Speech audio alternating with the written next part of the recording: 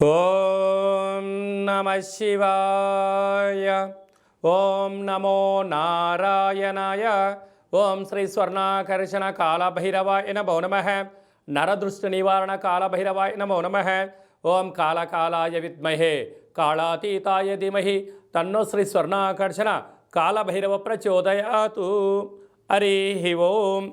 మా ఛానల్కి స్వాగతం. చూస్తున్న వీక్షకులకు ప్రేక్షకులకు ప్రియ కాళభైరవ భగవద్బంధుకి స్వాగతం పలుకుతూ మమ్మల్ని ఎంతగానో ఆదరిస్తూ ఉండబడినటువంటి ప్రియ సోదరి మండలకు అందరికీ కూడా వసంత పంచమి మాఘ పంచమి సాక్షాత్ మహాసరస్వతీదేవి అమ్మవారి యొక్క ఆశీస్సులు అందరిపైన ఉండాలని, అందరినీ విద్యావేత్తలుగా, జ్ఞానవంతులుగా, గుణవంతులుగా, సంపన్నవంతులుగా అమ్మవారి యొక్క ఆశీస్సులు ప్రసాదించాలని కోరుకుందాం. ద్వాదశ రాశుల్లో గ్రహ గమనాల్ని ఒకసారి వీక్షింపచేద్దాం.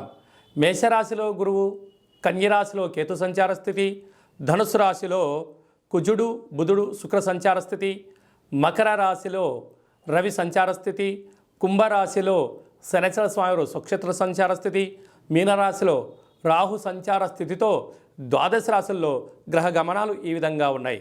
6వ తారీఖున కుజుడు మకర రాశిలోకి ప్రవేశం, 12వ తారీఖున శుక్రుడు మకర రాశిలోకి ప్రవేశం, 14వ తారీఖున రవి భగవానుడు ఏడాది తర్వాత కుంభరాశిలోకి సంచార స్థితి, అక్కడే ఉండబడినటువంటి శనితో కలిపి రవి సంచార స్థితి ఉంటుంది.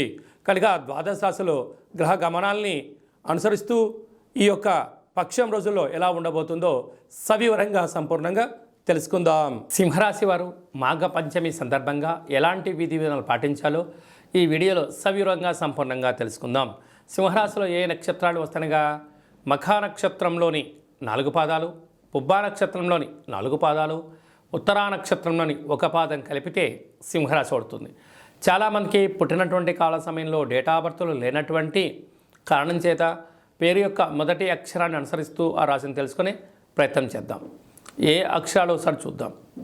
మా, మీ, మూ, మే, మో, టా, టీ, టు, టే అక్షరాల వారందరూ సింహరాశి జాతకులే.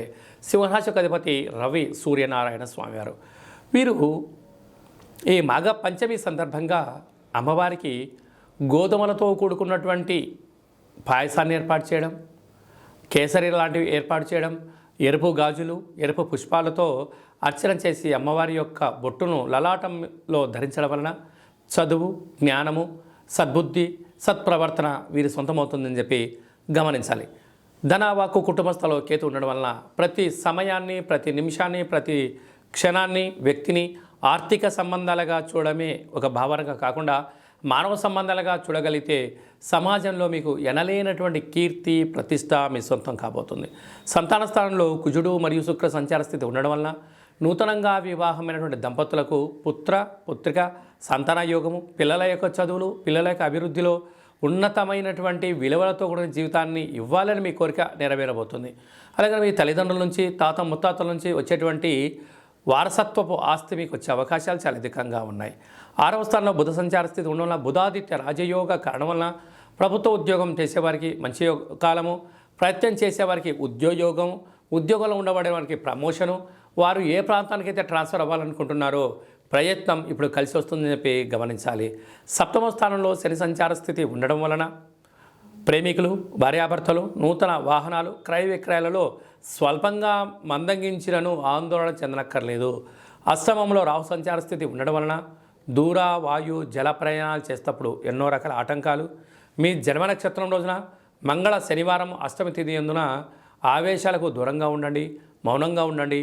అనేక రకాల సమస్యలను తొలగించుకునే మానవ ప్రయత్నం చేయండి. భాగ్యస్థానంలో దేవగురు బృహస్పతి సంచారం చేయడం వలన భార్య పైన భర్త, భర్త పైన భార్య అధికారం కన్నా ఆప్యాయతను మీరు చూసుకోగలిగినట్లయితే గృహమే కదా స్వర్గసీమ అనే పరిస్థితి ఉంటుంది. విదేశాలకు వెళ్ళాలి అనే వారికి మీ కోరిక నెరవేరబోతుంది. విద్యార్థులకు ఇది చాలా మంచి కాలం అని చెప్పి గమనించాలి. సాఫ్ట్వేర్ ఉద్యోగస్తులు, హార్డ్వేర్ ఉద్యోగస్తులు, స్వయం వృత్తులు, సేవా రంగాలు, వ్యవసాయ సోదరి మనులు, గృహ భవన నిర్మాణ కార్యక్రమం చేసే వారికి ఇది చాలా యోగదాయకమైన బంగారు రోజులు అని చెప్పి గమనించాలి.